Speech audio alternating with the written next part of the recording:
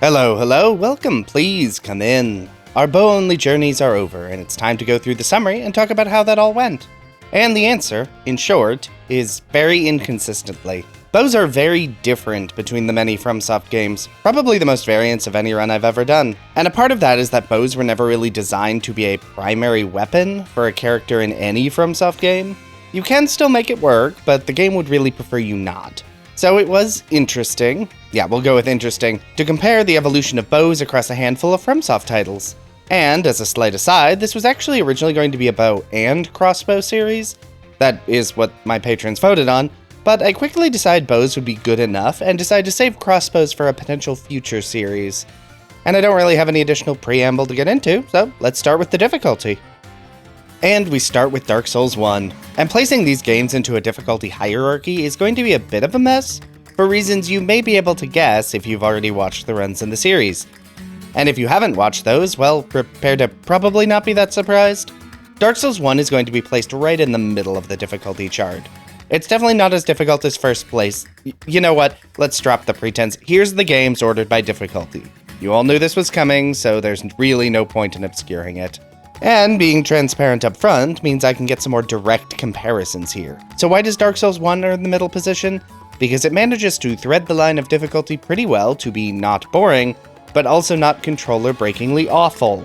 Let's start with what bows have going for them. 1, arrows are not generally an issue. You start with enough basic arrows to get through the starting area and can buy them from the very first merchant.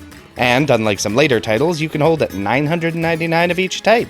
You do still suffer a bit from only being able to equip 2 types of arrows at once, and you need to cycle between them, which is very weird. But at no point was I ever even slightly concerned about arrows being a finite resource. Bows also had the bonus of having damage that wasn't awful. I mean, it wasn't good, but it was certainly passable, and without needing to rely on status effects at all. Something future games would fail to meet. You also get a pretty good bow, basically immediately, so there isn't any intermediary nonsense. Just put all your souls and resources into the one good bow. But let's talk about why bows are still decently difficult, and it kind of amounts to the boss design. While bosses in this game do have trouble dealing with ranged attacks, they're generally okay at it. Asylum Demon has big jumps and AoEs, Four Kings has overwhelming you with numbers, Orni can dash around the arena. So while bows can cheese a lot of bosses, Seath has no idea how to function when you walk back and forth a few feet, Greylog can be stun-locked if your aim is any better than mine, etc. So the game is definitely easier in many instances with a bow, but it's rarely brainless. Positioning is important, timing is important, chunky armor is important. And with DS1 firmly slotted into the middle position, Dark Souls 2 being placed in the easiest slot should be pretty obvious. It's not even necessarily that bows are super good in this game, they really aren't. It's more that the bosses, as a whole, don't really have any idea how to deal with ranged attacks. You can dodge many of Pursuer's attacks by just standing slightly out of reach. Last Giant has no idea what to do when you stand on this raised platform. Even bosses I died to were usually to me becoming complacent versus being actually dangerous fights. Freya's little spiders do suck to deal with when you don't have a torch, but they are also super fragile. Demon King is... oh, right, I don't have any footage of that fight. And I don't feel like downloading a cheat engine table just to recreate an incredibly boring boss fight. Anyway, the bosses in this game often represent the greatest challenge in the game, and bows make most of them look very foolish. For every 1 smelter demon, there are 5 bosses with nothing they can do against you. The game also benefits from the better usability of bows. No more fully disassociating for several seconds just to turn your character 15 degrees. You can just turn, like a person might. And I would be remiss to not mention the bane of any challenge in this game, poison. I'm not sure why they made poison work on almost every single boss and deal stupidly high damage, but I do appreciate them.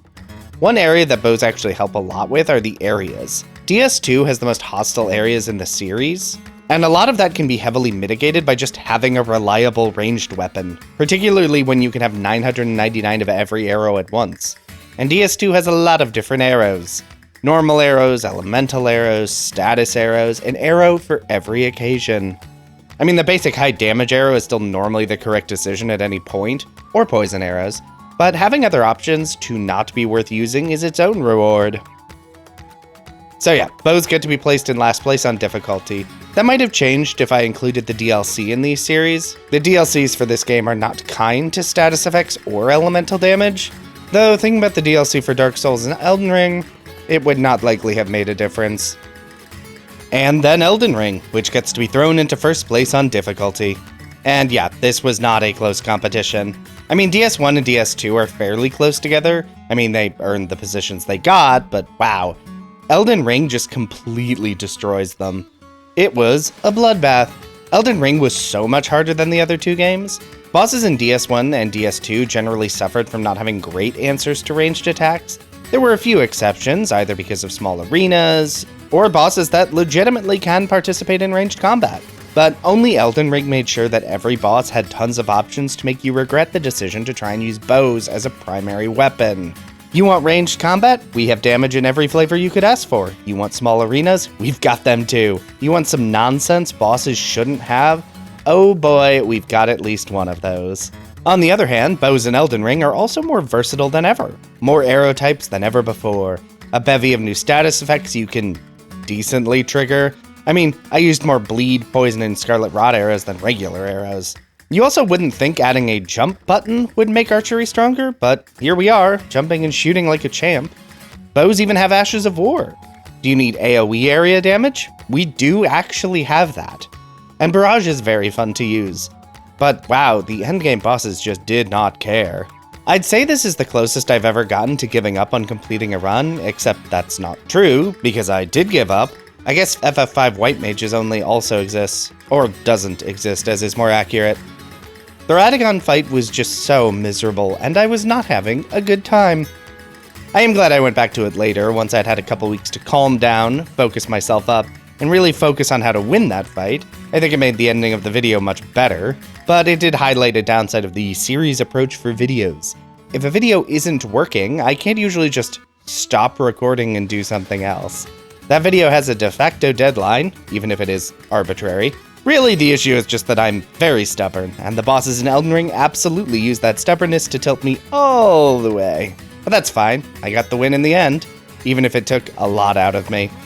And now it's time to talk about the recommendations. How likely am I to recommend the challenge runs in this series?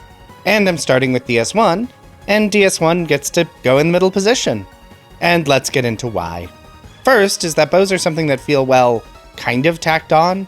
They don't really fit into the normal combat loop of DS1, and I'm actually putting that as an advantage. Bows are different enough from regular combat that the challenge earns some points for how different it feels. If you've only played DS1 with regular weapons, you will likely feel that difference in this run immediately. But, unlike other games on this list, it's not boringly easy. Four Kings, Gwyn, Nito, all of them are pretty interesting fights. Bows just force you to think of different solutions on how to fight and play the game, because you don't have any shields and you don't have a ton of damage. But you do have range, and unlike spells, aiming. For aiming spells to take advantage of some enemies is something you just can't really do with other ranged options, whereas clever cheesing can really help deal with some of the game's bosses and environmental obstacles. It's not all roses, hence why DS1 did not earn the top slot. Actually firing a bow in this game feels awful. I've mentioned it before, and may complain about it again, but when you draw a bow, you better be pointed in exactly the direction you need to fire, otherwise you have wasted your time. And while there are different variations on arrows, they aren't super meaningful. It's basically a question of cheaper, weaker arrows, or more expensive, stronger arrows. Which basically just means using different arrows depending on how late in the game you are. And yeah, there are elemental arrows, but they aren't really that much better than normal arrows. And because status effects are so weak in this game, you shouldn't even really bother with any of the status effects. This really flattens the progression of the build, and that is kind of a bummer. On the other hand, that just means you have to continue to play well, and no special arrows are going to turn this into a mindless victory. Speaking of mindless winning, it's time for DS2. And that is a bit of an exaggeration, but it's also less of an exaggeration than it should be. Bows are just really strong, for all the reason ranged attacks are always strong in DS2. And poison is also strong. Again, for all the normal reasons. So, combine that and you get a game that is really easy. Like, too easy. Easy enough to cost DS2 heavily in the recommended ranking. Seriously, I just can't place it any higher than this, which is a real bummer. I really like DS2 in spite of all the weird mechanics. But let's talk about the good. The things I like. As is usual, using a bow has improved considerably from DS1. You turn in place, you no longer have to be absolutely certain you are facing the exact direction of your target. I know nothing about real-world archery, but I feel like turning is a thing you can do in real life, and new arrow varieties that are actually kind of interesting. I mean, it's still basically just how much money do you have to spend on damage, and the answer is poison. Obviously, the answer is poison. Seriously, I just can't get over how strong poison always is. But even the areas of DS2 get easier with bows. Shrine of Amana? Tolerable. Poison Land? Managed. Spectral enemies? Poisoned. Somehow. And aligning difficulty with recommendation isn't really the default for me, ever. I don't do these runs because they are difficult. They often aren't. But DS2 bows only commits the cardinal sin of being boring. Easy, hard, these aren't generally considerations I care about, unless it's too hard for me to actually complete. That is actually a potential issue. But boring just kills a run, and sadly it kind of kills DS2 bow only. And yeah, that's probably a bit overly harsh. There is definitely fun to be had here. Watcher and Defender were fun because I had to manage 2 different enemies aggro, and then there was one of the other bosses, probably. Yeah, you can live in last place, DS2. Sorry, bud. Better luck next time.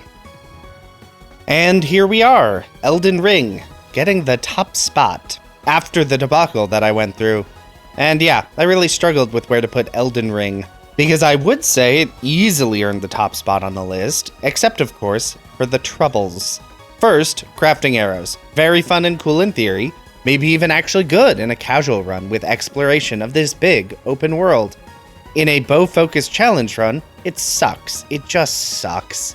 Let me buy the arrows I want without this obnoxious hassle, please. And then, of course, there is Radagon. The fight sucks. Some of that was definitely on me. I was not playing my best for a decent chunk of that. But this move is, and I won't budge on this, bull. This move shouldn't exist. It's bad, and it's also bad for spellcasters, though I mostly used melee spells for this fight in those runs. And I know someone in the comments is going to say Radagon has that move, so you can't cheese him with ranged attacks. And that is an interesting theory, but I do object to it. Radagon can fly across the arena, shoot ranged attacks in several flavors, blow up most of the arena, and teleport. He doesn't need a 5th way to deal with ranged attacks. And Elden Beast, Godfrey, Malekith, they certainly didn't need a cheaty way to deal with my range nonsense. They managed just fine. On the other hand, one big issue I faced throughout the entire run was the tedium of collecting the arrows I needed. And that could have been very easily solved by just recording on PC from the beginning. Then I could have used save states to not waste arrows, or even just add as many copies of arrows as appropriate once I gained access to each type. It's not like any of the arrows I used were in anything approaching short supply, I just wasted a lot of arrows in this run.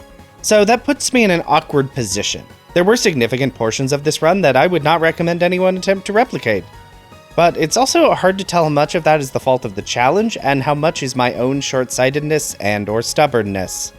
And that is why I ultimately had to put Elden Ring in the top slot, because it does so much to improve on the bow formula from the prior 2 games.